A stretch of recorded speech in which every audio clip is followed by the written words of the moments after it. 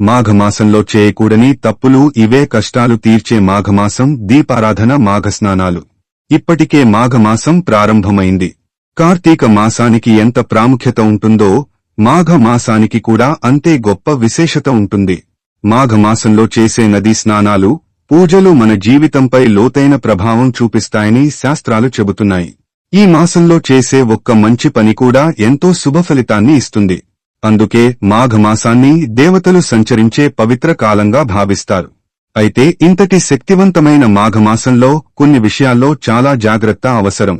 తెలియక చేసిన కొన్ని చిన్న తప్పులు కూడా మన జీవితంలో అనవసరమైన సమస్యలకు కారణమవుతాయి.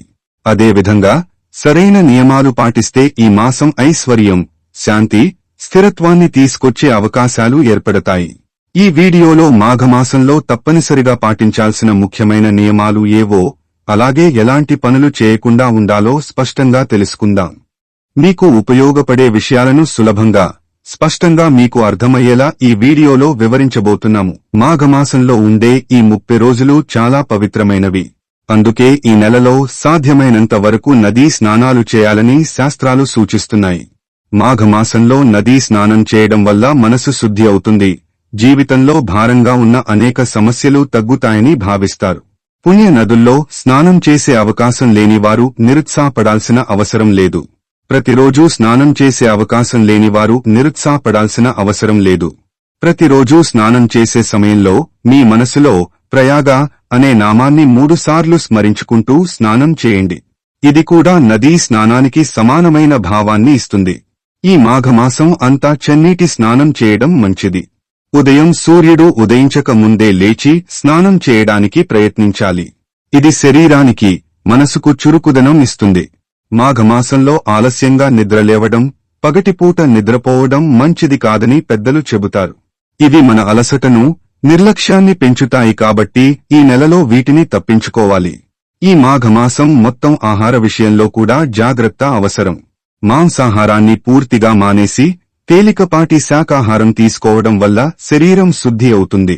ముఖ్యంగా పూజలు చేసే మహిళలు ఉల్లిపాయ, వెల్లుల్లి, ముల్లంగి వంటి వాటిని వీలైనంతవరకు తీసుకోకుండా ఉండడం మంచిది. ఇది పూజలో ఏకాగ్రతను పెంచుతుంది. ప్రతిరోజూ ఉదయాన్నే లేచి ఇంటిని శుభ్రంగా ఉంచుకుని ఇంటి ముందు ముగ్గు వేయండి. శుభ్రత, అందం ఉన్న ఇంట్లో ప్రశాంతత పెరుగుతుంది. ఈ మాసంలో భార్యాభర్తలు తమ ప్రవర్తనలో కూడా నియమాన్ని పాటించి ఆత్మ నియంత్రణతో బ్రహ్మచర్యం పాటించాలి. ఇంకొక ముఖ్యమైన విషయం ఏమిటంటే, మాఘమాసం అంతా మీ ఇంటి ఈశాన్య మూలలో ఒక గాజు గిన్నెలో రాళ్ల ఉప్పును నిండుగా పెట్టుకోవచ్చు. ప్రతి శుక్రవారం పాత ఉప్పును తీసేసి కొత్త ఉప్పు పెట్టండి. ఇలా చేయడం వల్ల ఇంట్లో ఉన్న భారమైన వాతావరణం తగ్గి సానుకూలత పెరుగుతుందని అనుభవంలో చెబుతారు. దీనివల్ల ఇంటి సంపద నిలకడగా ఉండేందుకు సహాయపడుతుంది. ఈ విధంగా మాఘమాసంలో చిన్న చిన్న నియమాలను పాటిస్తే ఈ నెల మీ జీవితంలో శాంతి, స్థిరత్వం తీసుకువచ్చే అవకాశం ఉంటుంది. మాఘమాసంలో నువ్వులకు ఉన్న ప్రాముఖ్యత చాలా గొప్పది. ముఖ్యంగా ఆర్థిక ఇబ్బందులు, అప్పుల ఒత్తిడితో బాధపడుతున్న వారికి ఈ మాసంలో నువ్వులతో చేసే దానం మంచి మార్గంగా చెప్పబడింది. ఈ మాఘమాసంలో ఏదైనా ఒక శనివారం రోజున నువ్వులను ఒక నల్లని వస్త్రంలో మూటకట్టి అవసరంలో ఉన్నవారికి దానం చేయవచ్చు. లేదా నువ్వులతో చేసిన ఉండలను పేదలకు ఇవ్వవచ్చు. ఇలా చేయడం వల్ల జీవితంలో ఉన్న ఆర్థిక భారాలు క్రమంగా తగ్గే అవకాశముంటుంది. కొత్త మార్గాలు తెరుచుకునే శక్తి కలుగుతుంది. అలాగే ఈ మాఘమాసంలో ప్రతిరోజూ ఉదయాన్నే సూర్యుడికి నమస్కారం చేయడం చాలా మంచిది. రోజూ చేయలేనివారు కనీసం ఒక ఆదివారం అయినా సూర్య నమస్కారం చేయడానికి ప్రయత్నించండి. ఇది శరీరానికి శక్తిని ఇస్తుంది, మనసులో ధైర్యాన్ని పెంచుతుంది. మాఘమాసంలో సూర్యుడిని స్మరించకపోతే మన జీవితంలో చురుకుదనం తగ్గిపోతుందని పెద్దలు చెబుతారు. ఈ నెలలో కొన్ని వస్తువుల విషయంలో జాగ్రత్త అవసరం. కత్తులు, కత్తెరలు వంటి పదునైన వస్తువులను కొనడం నివారించండి. ఇవి ఇంట్లో అనవసరమైన ఉద్రిక్తతలకు కారణమయ్యే అవకాశముంది. అలాగే ఇనుప వస్తువుల కొనుగోళ్లను కూడా వీలైనంతవరకు వాయిదా వేయడం మంచిది. ఎందుకంటే అవి అనుకోని ఖర్చులను పెంచవచ్చు. కాని దీనికి భిన్నంగా ఈ మాసంలో బంగారం లేదా వెండి వస్తువులు కొనడం శుభప్రదంగా భావిస్తారు. చిన్నదైనా సరే వెండి లేదా బంగారం కొనడం ద్వారా ఇంట్లో సానుకూల వాతావరణం పెరుగుతుంది. మాఘమాసంలో మరో ముఖ్యమైన విషయం మీ ఇంటి గుమ్మం బయట గంధంతో స్వస్తిక్ గుర్తు వేయడం. ఇలా చేయడం వల్ల ఇంట్లోకి అనవసరమైన ప్రతికూలతలు రాకుండా శుభ్రత మరియు ప్రశాంతత నిలుస్తాయి.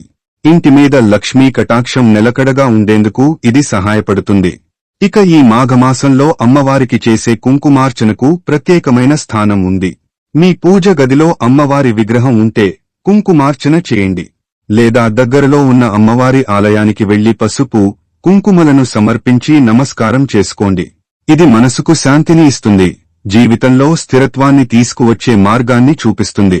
ఈ విధంగా మాఘమాసంలో చిన్న చిన్న ఆచరణలు పాటిస్తే ఈ పవిత్రమైన నెల మీ జీవితంలో శుభపరిణామాలకు దారి తీసే అవకాశం ఉంటుంది.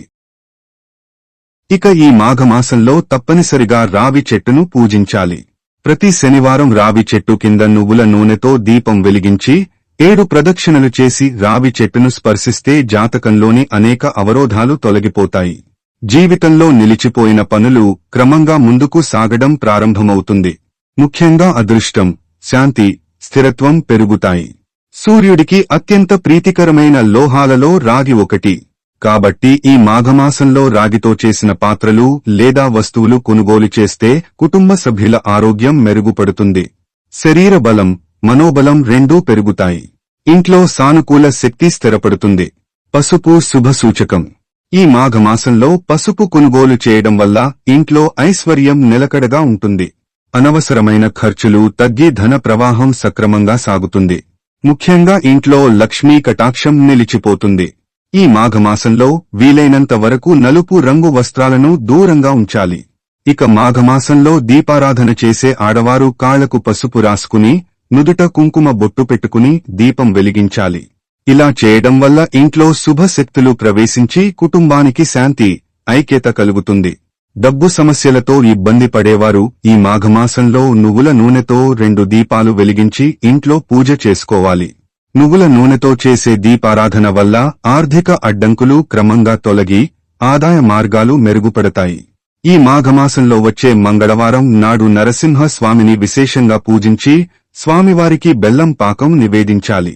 ఇలా చేస్తే కుటుంబంలో ఉన్న సమస్యలు సద్దుమణిగి మంచి రోజులు ప్రారంభమవుతాయి. భయం, అస్థిరత తగ్గి ధైర్యం పెరుగుతుంది. వివాహమైన ఆడవారు ఈ మాఘమాసంలో ఏదో ఒక మంగళవారం నాడు పసుపుతో చిన్న గౌరీదేవి ప్రతిమను తయారుచేసి పూజించాలి. ఆ తర్వాత ఒక ముత్తైదువును ఇంటికి ఆహ్వానించి తాంబూలం ఇవ్వాలి. ఇలా చేయడం వల్ల స్త్రీలకు మానసిక శాంతి, కుటుంబ సౌఖ్యం, సుదీర్ఘ సుమంగళి యోగం కలుగుతుంది. అలాగే ఈ మాఘమాసంలో వచ్చే ప్రతి శుక్రవారం నాడు పూజ గదిలో ఉన్న లక్ష్మీదేవి చిత్రపటం ముందు 5 పసుపు కొమ్ములు ఉంచి దీపారాధన చేయాలి. ఇది ఇంట్లో ధనస్థిరత్వాన్ని పెంచి అనుకోని లాభాలను అందిస్తుంది. పూజ పూర్తయిన తర్వాత ఆ పసుపు కొమ్ములను ఒక ఎర్రటి వస్త్రంలో మూటకట్టి మీ బీరువాలో భద్రంగా పెట్టుకోండి. ఇలా చేయడం వల్ల అనవసరమైన ఖర్చులు తగ్గి ఇంట్లో ధన వ్యవహారాలు క్రమంగా సర్దుబాటు అవుతాయి. ఆకస్మికంగా ధన లాభం కలిగే అవకాశాలు కూడా ఏర్పడతాయి. ఇక మాఘమాసంలో చేసే గోపూజ అత్యంత శ్రేష్టమైనది. ఈ నెలలో ఏదో ఒక రోజున బెల్లం మరియు నల్ల నువ్వులను కలిపి గోమాతకు ఆహారంగా తినిపించి నమస్కారం చేసుకోండి. ఇలా చేయడం వల్ల జీవితంలో నిలిచిపోయిన పనులు ముందుకు సాగడం ప్రారంభమవుతుంది. కుటుంబంపై ముక్కోటి దేవతల అనుగ్రహం నిలుస్తుంది. మాఘమాసంలో వచ్చే ఏకాదశి నాడు తప్పనిసరిగా ఉపవాసం ఉండాలి. శరీర శుద్ధితో పాటు మనసు కూడా ప్రశాంతంగా మారుతుంది. అలాగే ఈ మాఘమాసంలో స్నానం చేసే సమయంలో నీటిలో కొద్దిగా నల్ల నువ్వులు వేసుకుని స్నానం చేస్తే ఆరోగ్యం మెరుగుపడుతుంది. ఆయుష్ పెరిగి శరీరంలో అలసట తగ్గుతుంది. ఉద్యోగ ప్రయత్నాలు చేస్తున్నవారు ఈ మాఘమాసంలో ప్రతి శనివారం నాడు శివాలయానికి వెళ్లి నువ్వుల నూనెతో దీపారాధన చేయాలి. ఇంటర్వ్యూలు, అవకాశాలు అనుకూలంగా మారి ఉద్యోగ ప్రాప్తికి మార్గాలు తెరుచుకుంటాయి. సంతానం కోసం ఎదురుచూసే దంపతులు ఈ మాఘమాసంలో శ్రీకృష్ణుడిని ప్రత్యేకంగా పూజించాలి. మనసులో ఉన్న ఆందోళనలు తగ్గి కుటుంబ జీవితం ఆనందంగా మారుతుంది. త్వరలో శుభవార్తలు వినే అవకాశం ఉంటుంది. ఇక ఈ మాఘమాసంలో నువ్వులు మరియు పంచదార కలిపి కొద్దిగా తినడం మంచిది. అలాగే నువ్వులను దానం చేయడం వల్ల జీవితంలో ఉన్న ఆర్థిక అడ్డంకులు తొలగిపోతాయి. ఒక చిన్న రాగి కలశంలో నువ్వులు పోసి బ్రాహ్మణులకు దానంగా ఇస్తే ఇంట్లో సిరి సంపద నిలకడగా ఉంటుంది. ప్రత్యేకంగా ఈ మాఘమాసంలో వచ్చే పౌర్ణమి నాడు ఫిబ్రవరి 1వ తేదీన మీ పూజ గదిలో 11 లక్ష్మీ గవ్వలను ఉంచి కుంకుమతో పూజ చేయండి. పూజ అనంతరం ఆ గవ్వలను పసుపు రంగు వస్త్రంలో మూటకట్టి మీ గల్లాపెట్టెలో లేదా బీరువాలో పెట్టుకోండి. ఇలా చేయడం వల్ల ఇంట్లో ధన ప్రవాహం పెరిగి ఐశ్వర్యం నిలకడగా ఉంటుంది. ఈ మాఘమాసంలో అనేక ముఖ్యమైన పండుగలు వస్తాయి. వాటిలో ముఖ్యంగా వసంత పంచమి, రథసప్తమి, మహాశివరాత్రి అత్యంత ప్రాధాన్యత కలిగినవి. జనవరి 23వ తేదీన వచ్చే వసంత పంచమి నాడు సరస్వతీదేవిని విశేషంగా పూజించాలి. ఈ రోజున చిన్న పిల్లలకు అక్షరాభ్యాసం చేయిస్తే వారి విద్యా ప్రయాణం మంచి దిశలో ప్రారంభమవుతుంది. చదువుకునే విద్యార్థులు సరస్వతీదేవిని పసుపు రంగు పుష్పాలతో పూజించి నమస్కారం చేసుకుంటే చదువుపై ఏకాగ్రత పెరిగి జ్ఞాపకశక్తి మెరుగుపడుతుంది. ఇక జనవరి 26వ తేదీన వచ్చే రథసప్తమి సూర్య భగవానుడికి అత్యంత ముఖ్యమైన రోజు. ఈ రోజున శరీరంపై 7 జిల్లేడు ఆకులు పెట్టుకుని తలస్నానం చేస్తే ఆరోగ్యం మెరుగుపడి దీర్ఘాయుష్షు కలుగుతుంది. అలాగే రథసప్తమి నాడు చిక్కుడుకాయతో రథం తయారుచేసి పూజ గదిలో పెట్టి పూజ చేయాలి. దీనివల్ల ఇంట్లో సానుకూల వాతావరణం పెరుగుతుంది. ఫిబ్రవరి 15వ తేదీన వచ్చే మహాశివరాత్రి శివ భక్తులకు అత్యంత పవిత్రమైన రోజు. ఈ రోజున శివుడిని విశేషంగా పూజించి జాగరణ చేయాలి. శివనామస్మరణతో మనసు ప్రశాంతంగా మారి జీవితంలోని అడ్డంకులు తొలగిపోతాయి.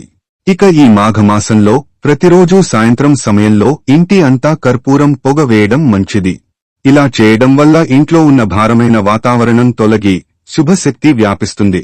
ముఖ్యంగా ఈ మాఘమాసంలో వచ్చే ప్రతి ఆదివారం చాలా శక్తివంతమైనది. ప్రతి ఆదివారం ఉదయం సూర్యుడికి అర్ఘ్యం సమర్పించి ఆదిత్య హృదయం చదివితే ఆరోగ్యం, ఆత్మవిశ్వాసం, జీవితంలో స్థిరత్వం పెరుగుతాయి. పనులు సజావుగా సాగడానికి ఇది ఎంతో సహాయపడుతుంది. ఇవే మాఘమాసంలో పాటించవలసిన ముఖ్యమైన విషయాలు. ఇవన్నీ ఒక్కరోజులో మార్పులు తీసుకురావు. కాని క్రమంగా మీ జీవనశైలిని సరిదిద్దుతూ మనసుకు ప్రశాంతతను, జీవితానికి స్థిరత్వాన్ని తీసుకువస్తాయి. మాఘమాసం మనకు బాహ్యంగా కాదు, లోపల నుంచి మార్పు రావడానికి ఇచ్చే ఒక అవకాశం. ఈ నెలలో చేసే చిన్న ప్రయత్నాలు కూడా ముందున్న రోజులకు బలమైన పునాది అవుతాయి. ఇక్కడ మేము చెప్పిన విషయాలు మా స్వంతంగా తయారు చేసినవి కావు. పురాణాలు, ధర్మ గ్రంథాలు, పెద్దల అనుభవాలు, ఆచారాలలో చెప్పబడిన విషయాలను సులభంగా మీకు అర్థమయ్యేలా మాత్రమే మేము వివరించాము. వీటిని మీ జీవితంలో సాధ్యమైనంతవరకే పాటించండి. ఎవరికైనా బలవంతం చేసుకోవాల్సిన అవసరం లేదు. ఈ వీడియో మీకు ఉపయోగపడిందని అనిపిస్తే తప్పకుండా ఒక లైక్ చేయండి. మీ కుటుంబ సభ్యులతో, మీ స్నేహితులతో షేర్ చేయండి. ఇలాంటి ఆధ్యాత్మికమైన, జీవితానికి ఉపయోగపడే విషయాలు ఇంకా చూడాలంటే మా ఛానల్ని సబ్స్క్రైబ్ చేసి పక్కనే ఉన్న బెల్ ఐకాన్ని కూడా ఆన్ చేసుకోండి.